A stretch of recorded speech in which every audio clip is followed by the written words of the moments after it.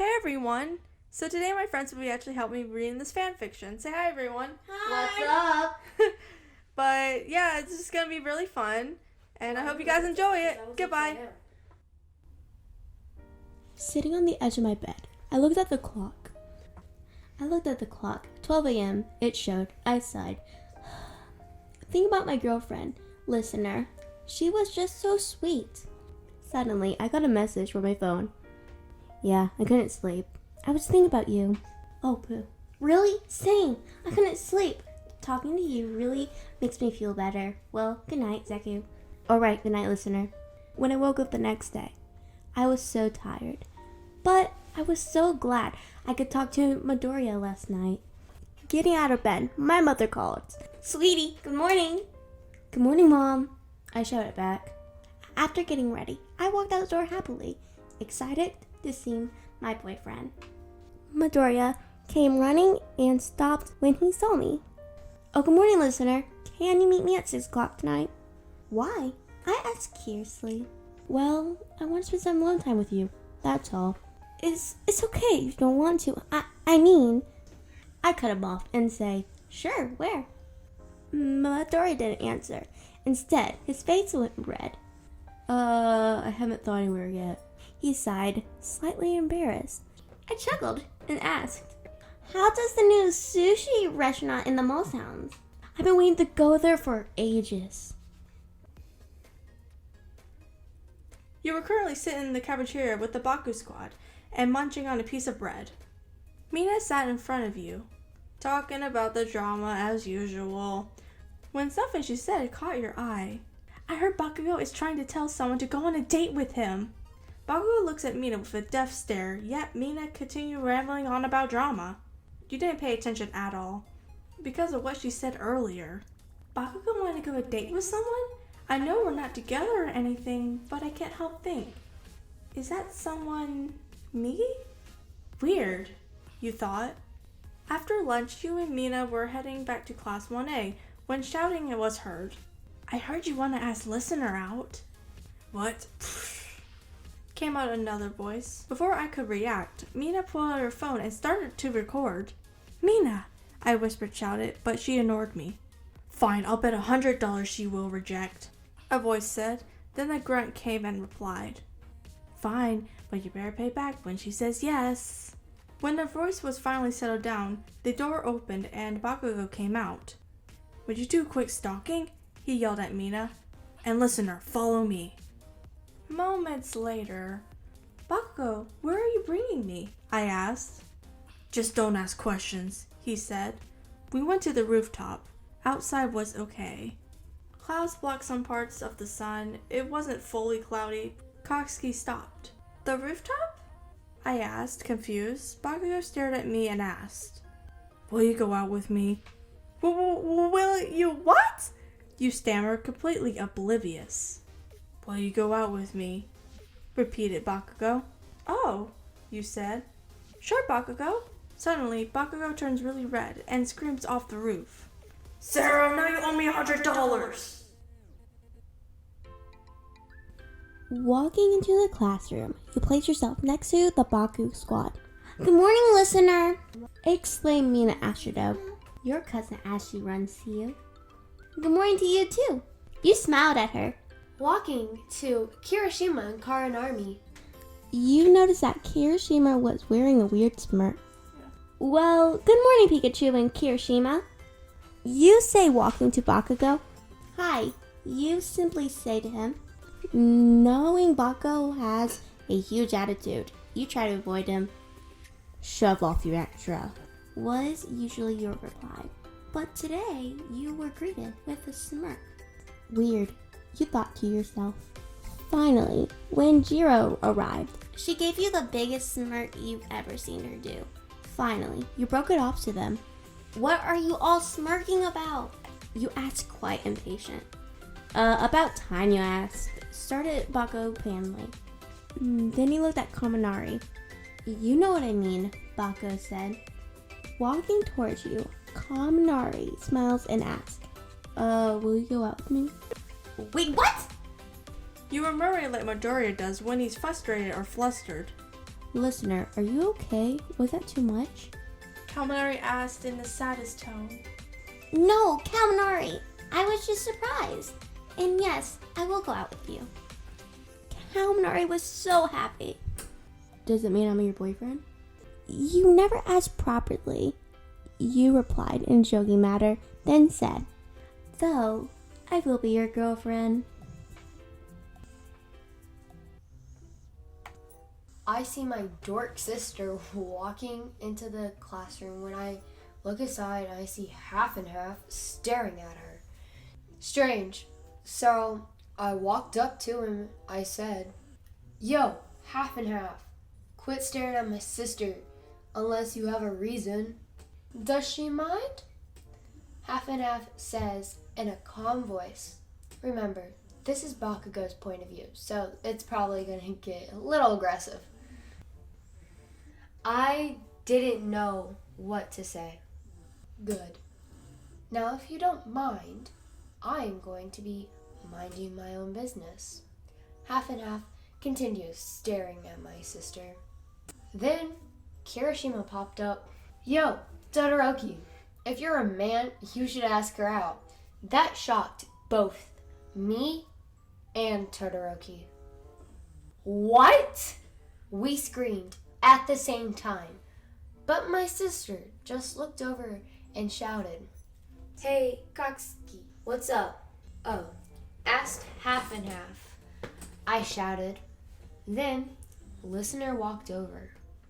Todoroki's point of view. Great. Now I'm murmuring like Midoriya does. I mean, it's not bad, but I was snapped out of my thoughts when I heard Listener's sweet voice. "Shoto," she asked in a quiet manner. Bakugou snickered and walks away. "Yes, Listener?" I asked. "Is there something up?" She sounded really concerned, but I denied it, saying, "No, well, yes, I mean, never mind." She looked at me with a concern and a confusion. And that's when I blurted out, "Will you go on a date with me?" "Wow, Shoto," she said as I looked at her, a little sad. She was caught off guard, but eventually decided, "Yes, Shoto, I will go on a date with you." Great. He also asked me out on our 4th grade dance, but let's not get into that. And in the background. And in the background, I saw Bakugou and go into shock and looked extremely surprised, waiting to kill. Meanwhile, I just smirked because Listener agreed to go out with me. Hanging out with the Baku squad wasn't all that bad. You always had boys flirting with you though, which made you awfully uncomfortable. Kirishima would always, but for some reason, Kirishima would always be there to scare him off, or to tell them to go away. You don't know why, but you enjoyed seeing him protective. One day, while Kaminari, once again, tried to flirt with you, Kirishima ran and said, "Bro, I told you to stop flirting with my girl. That's not merely you take things that you don't own." His girl? You thought. And take things that he doesn't own? You were shocked. But by the time you could react again, Kirishima said, "Oh my, I said too much." Then he sparked as his fairly well-made plan, and left the two of you standing there awkwardly. "So, what was that about?" you asked, trying to get rid of the awkwardness. "Well, you know when I called you that," he asked. "Yeah," you simply said, since you weren't ones with a lot to say. "Well, I've been meaning to ask you for a while. Will you go out on a date with me? I know it's not mainly for me to ask you like this. Man, I imagine better, but far better. But still." Sure," was your reply as you skipped ahead, hiding your flustered self inside.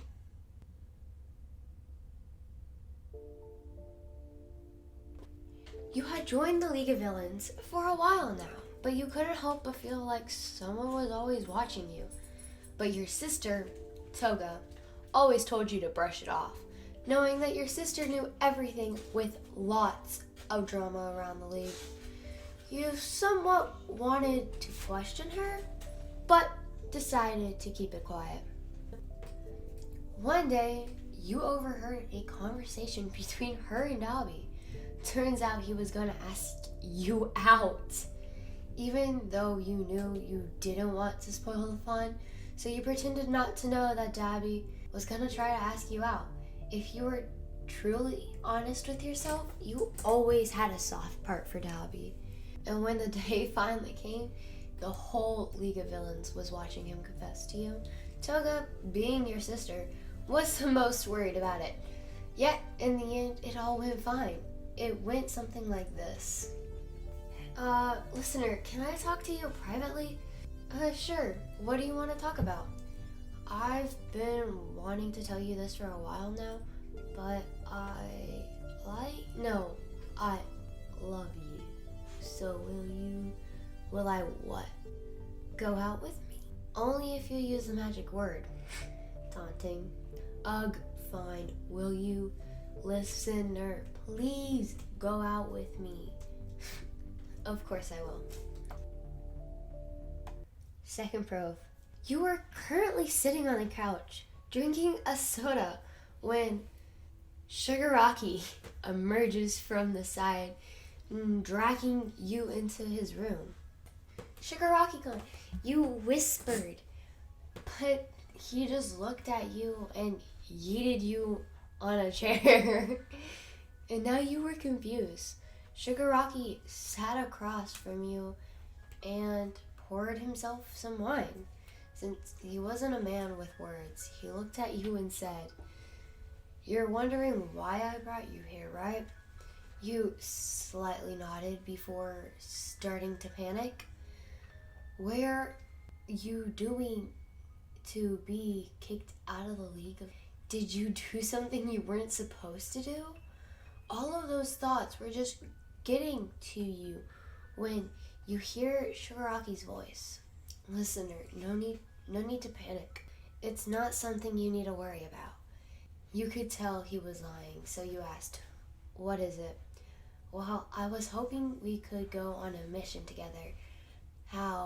But think of it like a date? What? Shigaraki was asking you on a date. You thought you couldn't hope but accept. Mirio was joking with his friends as usual when you came in with a bright smile on your face. Guess what? You exclaimed happily. The others were caught off guard, but managed to ask, What? You smiled and said, Glad you asked, because I'm able to live in the girls' dorm room this year. Nejire simply cheered and said, Yay, I'm not the only one. Mirio looks at you happily as he congratulates you. Then suddenly, Tamaki brought up the topic about love interests. Mirio knew what he was trying to do, so he quickly deflected the conversation. But listener couldn't half but notice, so she asked him, Hey Mirio-kun, is something up? Why did you change the topic? Mirio looked at you, slightly shocked before answering. I'll tell you after lunch. Time skip to lunch cause nothing interesting happens. So, Mirio, what did you want to talk about? Mirio looked over and sighed before saying, Listener, I have a confession to make. I like you. It's okay if you don't like me back though. You looked at him shocked. I like you. No, I love you too. You stammered. He looked at you surprised, then said, Alright then, I can pick you up at your house this Saturday at 7 p.m.? You nodded and smiled for hugging him. Alright. You said, but your voice was muffled due to the fact that your face was against his chest.